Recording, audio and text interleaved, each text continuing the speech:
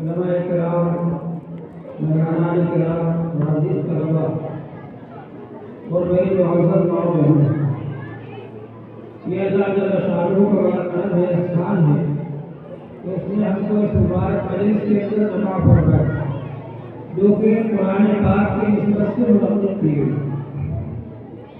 اللہ جل شانہ نے انسان کو بنایا ہے اور اس کو دنیا میں بھیجا ہے، اور اللہ تبارک و تعالی نے انسان کو جب دنیا میں بھیجا اسی وقت سے یہ سلسلہ جاری فرمایا کہ حضرت آدم علیہ السلام کو اللہ تعالی نے نبی بنایا اور وحی کا سلسلہ جاری فرمایا، اس لیے کہ انسان کو اس طرح سے کھانے کی ضرورت ہے، پینے کی ضرورت ہے، زندہ رہنے کے لیے، اسی طرح سے انسان کو ہدایت کی ضرورت ہے روحانی زندگی کے لیے۔ انسان اگر سانس نہیں لے تو زندہ نہیں رہ سکتا، کھانا نہ کھائے تو زندہ نہیں رہ سکتا، پانی نہ پیے تو زندہ نہیں رہ سکتا۔ اسی طرح اگر انسان کو ہدایت نہ ملے تو یہ انسان بن کر نہیں رہ سکتا، جانور ہو جائے گا۔ اللہ تعالیٰ نے فرمایا اولئک کالانعام بل هم اضل، یہ کفار اور مشرکین یہ جانوروں سے بھی غیر گزرے ہیں۔ تو انسان کو انسان بنانے کے لیے اور انسانی راستے پر قائم رکھنے کے لیے اللہ تعالیٰ نے ہدایت کا سلسلہ جاری فرمایا، اور اللہ جل شانہ نے آخر میں قرآن پاک کو نازل فرمایا، حضور پاک صلی اللہ علیہ وآلہ وسلم کو بھیجا۔ قرآن پاک کے اندر بہت سی چیزیں ہیں، سائنس بھی ہے، اور یہ سائنس اس لیے ہے تاکہ لوگ اس کے ذریعے سے اللہ کو پہچانیں۔ چنانچہ اس زمانے میں بھی یہ قرآن پاک معجزہ ہے، جیسا کہ حضور پاک صلی اللہ علیہ وآلہ وسلم کے زمانے میں معجزہ تھا، سائنس کے زمانے کے لیے بھی معجزہ ہے، اور سائنسداں بھی اپنی زندگی بھر کی ریسرچ کر کے جہاں پہنچتے ہیں وہ باتیں قرآن پاک نے آج سے 1400 سال پہلے فرما دی تھی۔ اس لیے سائنسداں جب اس کو پڑھتے ہیں تو حیران ہو جاتے ہیں اور اسلام کے دائرے میں داخل ہو جاتے ہیں، وہ سمجھ جاتے ہیں کہ انسان کا کلام نہیں ہے بلکہ اللہ جل شانہ کا کلام ہے۔ تو سائنس کی باتیں بھی ہے اسلام میں، اور بھی کچھ چیزیں ہیں، لیکن قرآن پاک کا اصل موضوع ہے ہدایت۔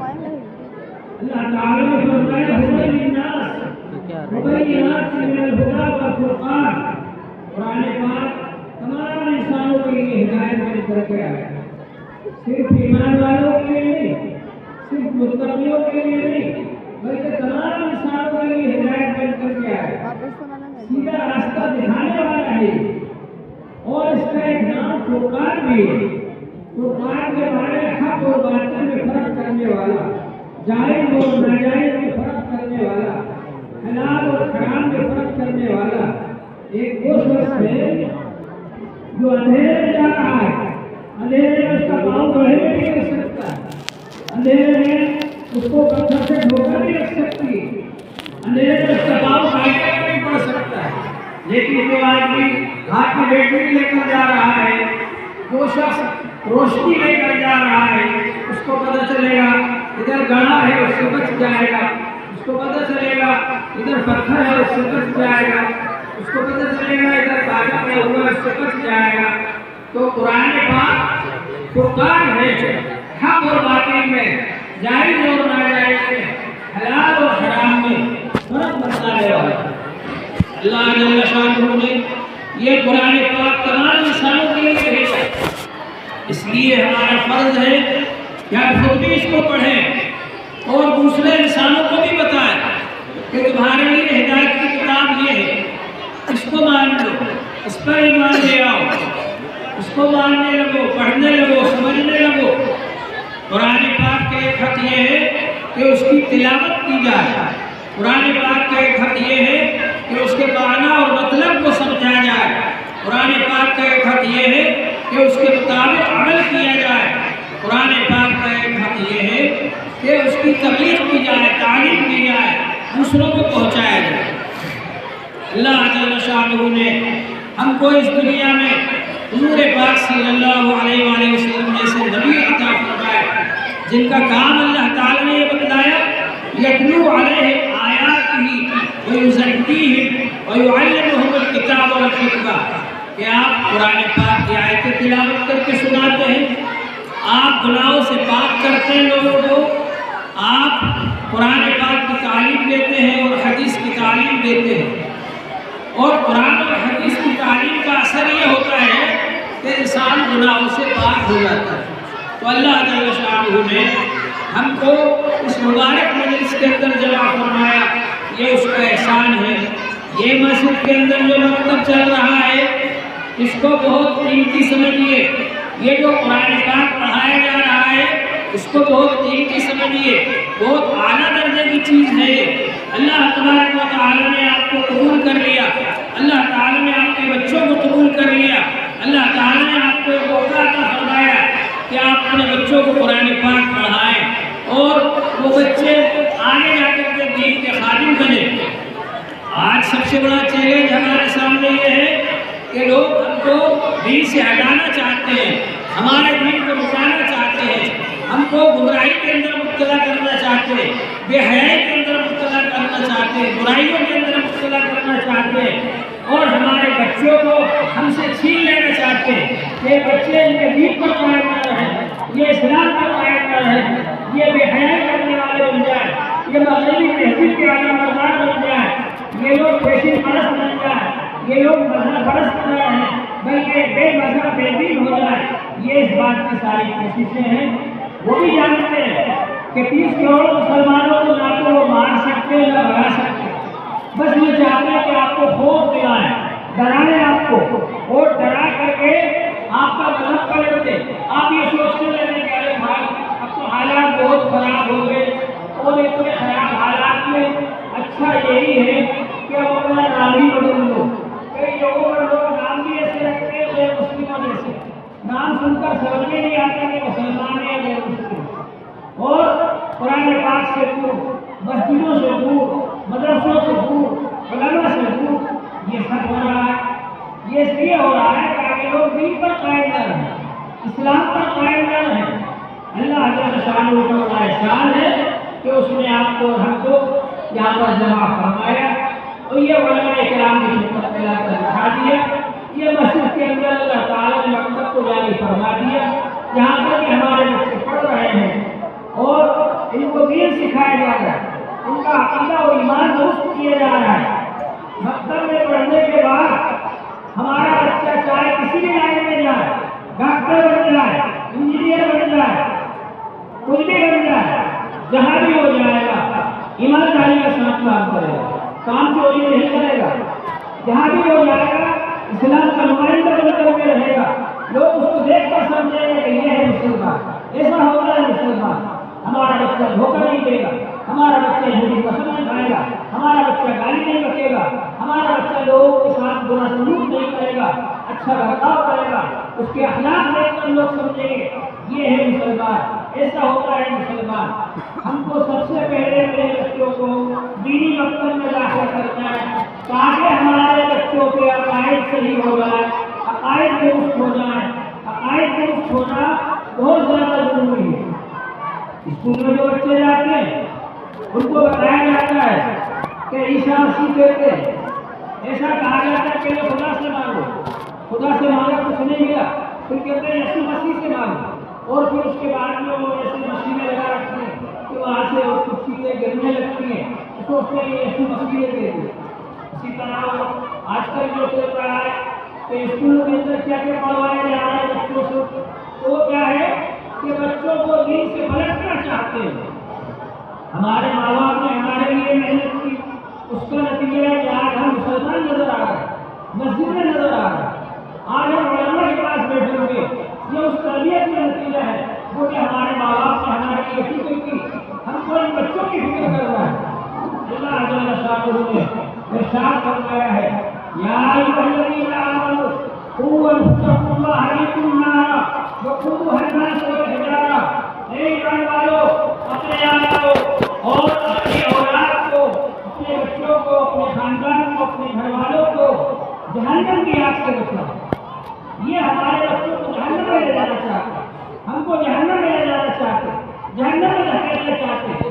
حضور پاک صلی اللہ علیہ وسلم اس لیے تشریف لائے تاکہ ہم کو جہنم کے راستے سے بچا کر جنت کے راستے پر لے جائیں۔ لِيُخْرِجَهُم مِّنَ الظُّلُمَاتِ إِلَى النُّورِ، تاکہ اندھیروں سے نکال کر روشنی میں لے کر کے آئیں۔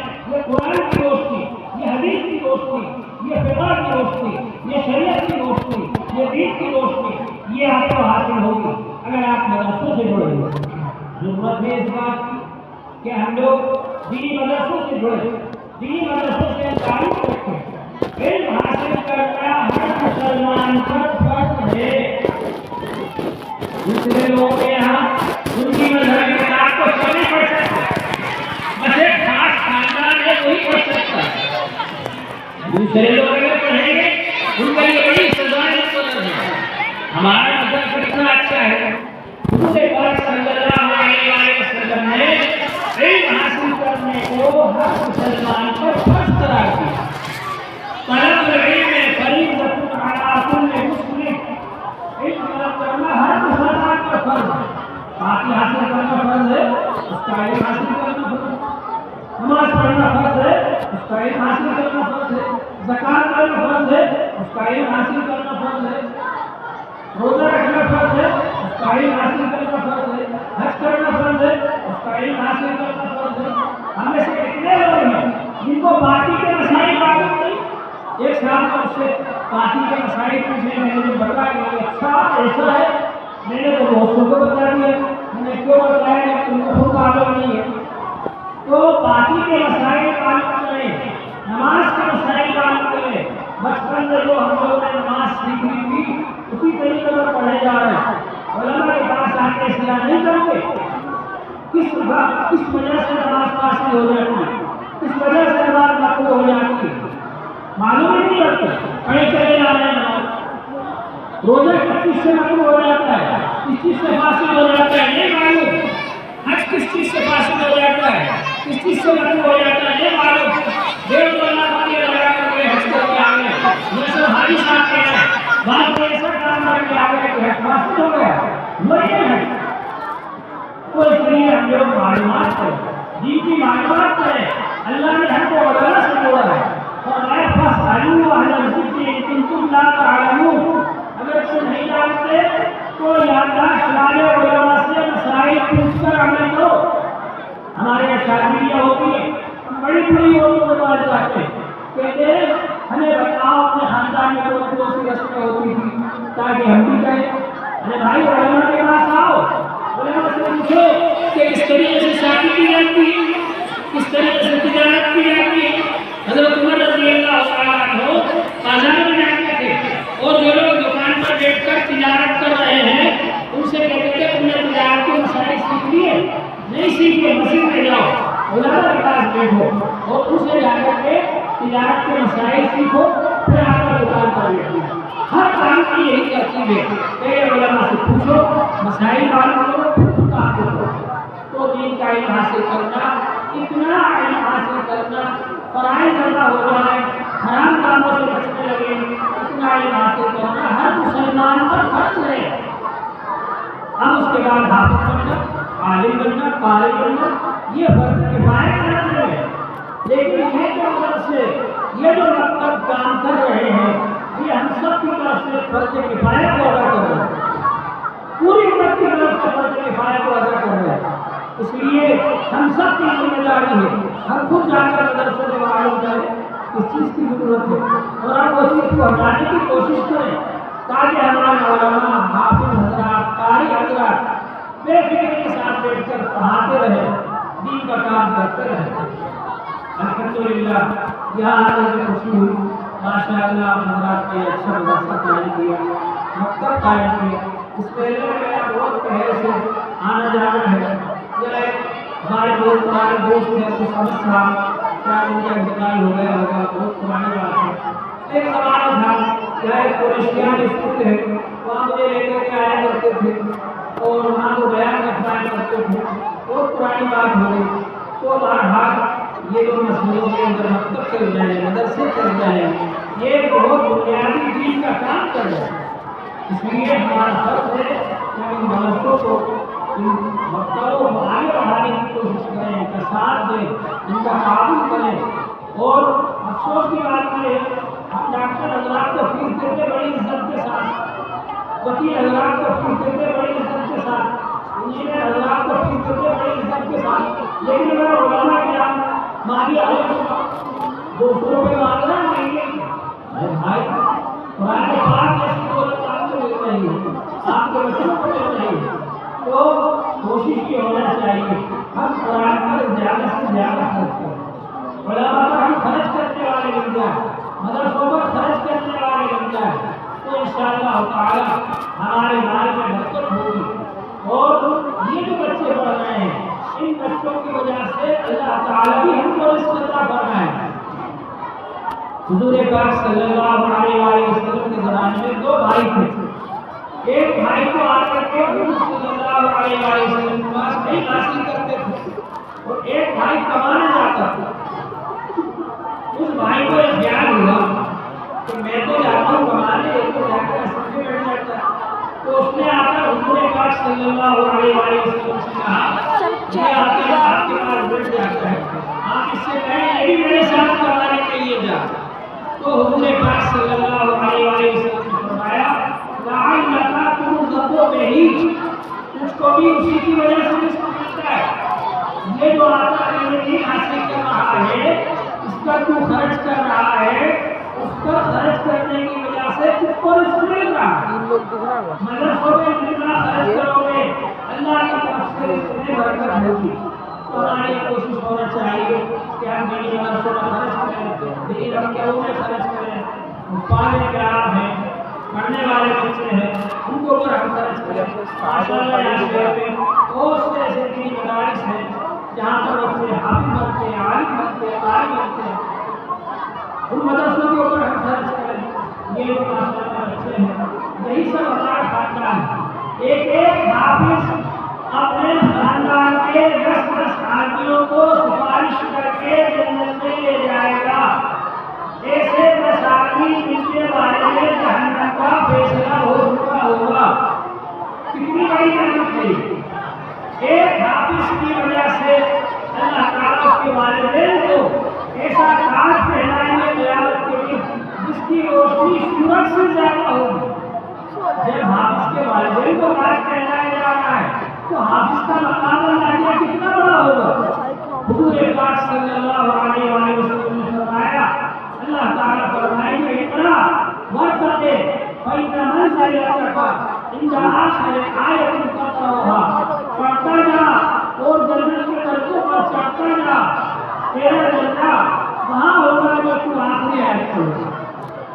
اللہ تبارک و تعالیٰ ان بچوں کی عمروں کو خیر و برکت عطا فرمائے۔ اس مدرسے کے اندر حضرت ابوبکر کے وارث پیدا کیے جا رہے ہیں، حضرت عمر کے وارث پیدا کیے جا رہے ہیں، عبداللہ بن مسعود رضی اللہ عنہ کے وارث پیدا کیے جا رہے ہیں، حضرت عثمان غنی کے وارث پیدا کیے جا رہے ہیں، حضرت علی کے وارث پیدا کیے جا رہے ہیں۔ آپ کو معلوم ہے حضرت ابوبکر رضی اللہ عنہ نے کیا کہا تھا کہ حضور صلی اللہ علیہ وسلم کی وفات ہوئی تھی اور کچھ لوگوں نے زکات دینے سے انکار کر دیا تھا، تو حضرت ابوبکر رضی اللہ عنہ نے کہا تھا ایوب مسلمین والا ہے، کیا یہ ہو سکتا ہے کہ میرے زندہ رہتے ہوئے میں کمی آ جائے؟ یہ جذبہ ہم میں سے ہر ایک کا ہونا چاہیے اور یہ جذبہ ہمارے بچوں کا ہونا چاہیے۔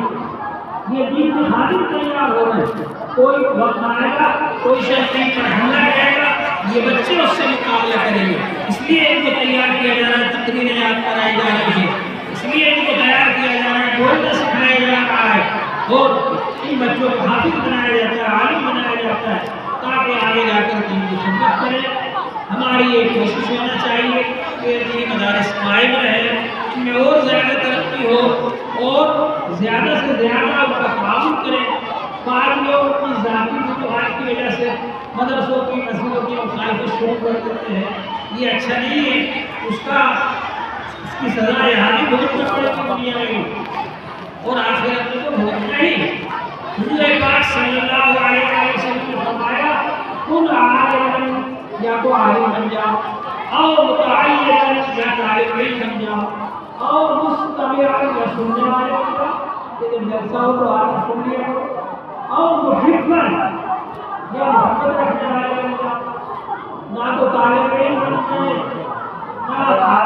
نہ عالم بنتے ہیں، نہ طالب علم بنتے ہیں، نہ سننے والے بنتے ہیں، نہ محبت رکھنے والے بنتے ہیں۔ وَلَا تَكُنْ خَامِسًا، پانچویں مت بن جانا، وَإِلَّا فَتُهْلَكَ، ورنہ تم کو ہلاک کر دیا جائے۔ اللہ ہماری حفاظت۔ مخالفت کرنے والے، دینی مدرسوں کی مخالفت کرنے والے مت بن جانا۔ آج جو پریشانی آ رہی ہے اس کی ایک وجہ یہ ہے کہ ہم نے قرآن کی نافرمانی نہیں کی، علماء کی نافرمانی نہیں کی، مدرسوں کی نافرمانی نہیں کی، اس کی وجہ سے ہمارے اوپر پریشانی آ رہی ہے۔ جب تم اللہ کے بیان کی نافرمانی کرو گے تو اللہ کی نظر میں تمہاری حالت کیسے ہو سکتی ہے؟ یہی وہ ہندوستان ہے جہاں پر لوگ مسجد کے باہر لائن لگا کر کھڑے ہوتے ہیں نماز کے وقت، اپنے بچوں کو لے کر کے آپ نماز پڑھ کے نکل رہے ہیں، غیر مسلم لوگ، اور آج غیر مسلم آپ کو سن کو کیسے کریں گے؟ تو کہ ہمارے اندر وہ ساری برائیاں آ گئی، شراب خوری ہمارے اندر، جوا سٹا ہمارے اندر، لڑائی جھگڑا ہمارے اندر، دھوکہ ہمارے اندر، سب برائیاں ہمارے اندر آ گئی، اور اچھائیاں چلی گئی ہمارے اندر سے، اچھائیوں والے قدموں میں چلے گئے، برائیاں ہمارے اندر آ گئی۔ قرآن پاک کو جس دار میں بند کر کے رکھ دیا، اس کو پڑھتے نہیں کہ وہ ہمیں کیا سکھاتا ہے۔ ہماری مسجد کے اندر یا تو تفسیر ہوتی ہوگی، نہ ہوتی ہو، یہاں جو عالم صاحب سے کہیں کہ حضرت کم سے کم ایک صفحہ اگر اردو میں ترجمہ آ گیا اسی کو پڑھ کے سنا دیا کریں، یا مطالعہ کر کے بیان کرتے ہیں۔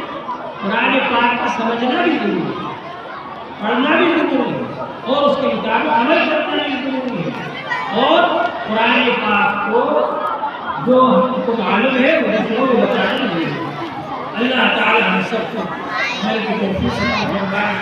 آپ کے اس مدرسے میں آ کر بہت خوشی ہوئی دیکھ کر کے، ماشاء اللہ۔